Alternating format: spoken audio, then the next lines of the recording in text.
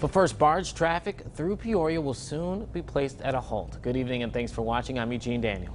And I'm Matt Sheehan. 5 locks and dams throughout the Illinois River are undergoing full closures. A project that the Army Corps of Engineers says is needed for an industry that benefits the global economy.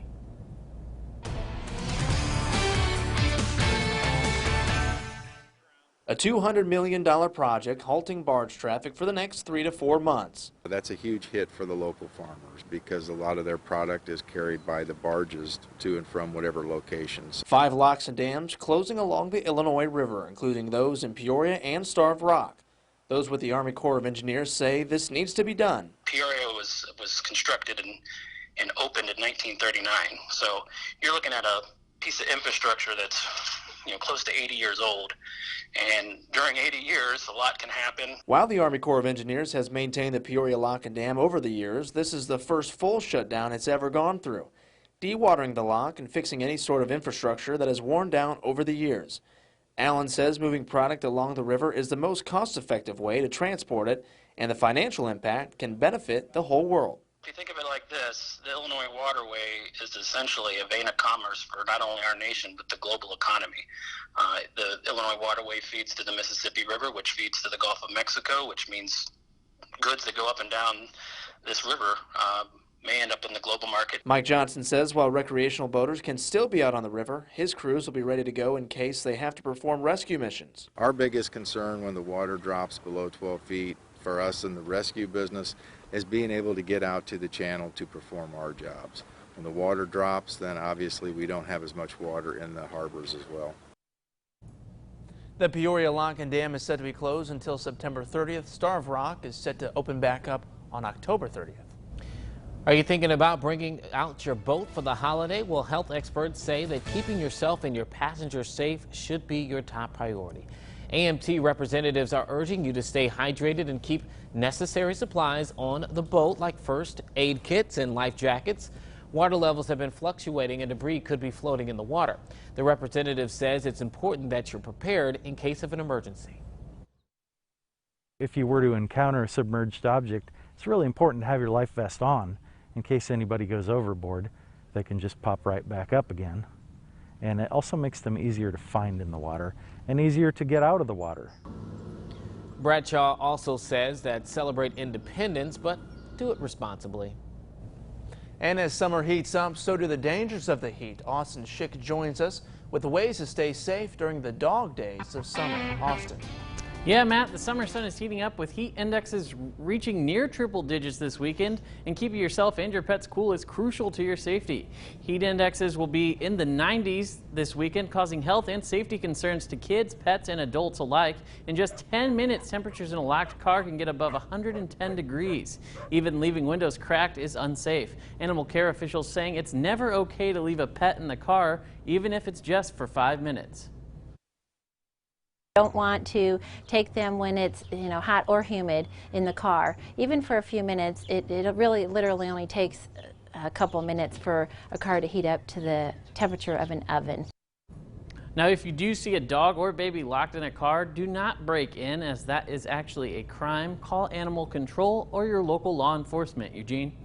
All right, Austin, thank you. If you're looking to catch a firework display this weekend, well, due to social distancing measures, your options will probably be limited.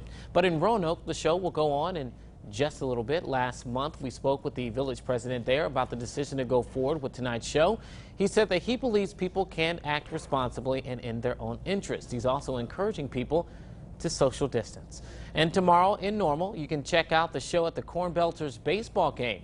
The Colonel League game will start at 5:30 and fireworks will follow. Tickets for the game are just $7, and there's more events that you can check out. Find more information about on our website, ciproud.com. Well, health professionals reminding you fireworks may not be fun for everybody. Treasurer Roberts joins us now to explain why veterans are impacted around this time of year. Treasurer. Matt, representatives with Unity Point Health say veterans living with post-traumatic stress disorder have a hard time coping with loud booms. Health experts say sounds, lights, and vibrations from unexpected fireworks are triggering. Adding, if you're planning fireworks displays, you should notify neighbors in advance so they aren't caught off guard. What's fun to you may remind them of the battlefield. If you're in that moment and you're noticing someone who is having a tough time, maybe helping them leave that situation, getting to a safe place, maybe indoors, going inside for a few minutes, and giving them some space to breathe and maybe walking them through that, taking deep breaths. Health experts say if you're a veteran, try listening to music or wearing noise-canceling headphones on the nights leading up to July 4th. If flashes bother you also, you can wear a sleeping mask. Eugene. All right, Treasure, thank you. A tough start to the holiday weekend for the owner and staff at Shear Lincoln Volvo. Police alerted them of an overnight break-in that included significant vandalism and auto theft. Jim Shear, who's the owner of Shear Auto Group, stopped by CI Newsday today, where he spoke with Yvonne Greer about the break-in. A few vehicles were started. They got in them. It was, talk about as far as young, we have a Ford F-250, and you could see a young girl get in the vehicle, start it, but visibly frustrated, and we assumed she couldn't reach the pedal. If you have any information in this case, you're asked to call Peoria Police 309-673-4521. An East Peoria Bass Pro Shop was reportedly robbed this morning. The store's general manager confirmed it happened around 11 and there were no injuries. It's currently unknown how many suspects were involved, but the Fond du Lac Park District Police Chief confirms there were multiple minors taken into police custody. A Bloomington man has been arrested by U.S. Marshals in Nashville, Tennessee for attempted murder.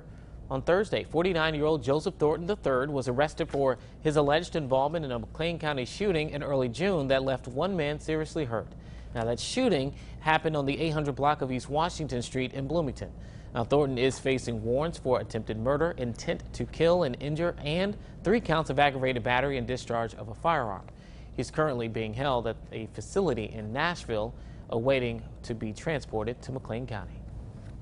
Well, at the beginning of next year, golf carts will be allowed on some streets in Pekin. The city council recently passed the ordinance, but it does come with some restrictions. One of those, you got to register the golf cart with Pekin Police. Right now, anybody wishing to register their golf cart can do so for free, but that increases to $15 on January 1st of next year.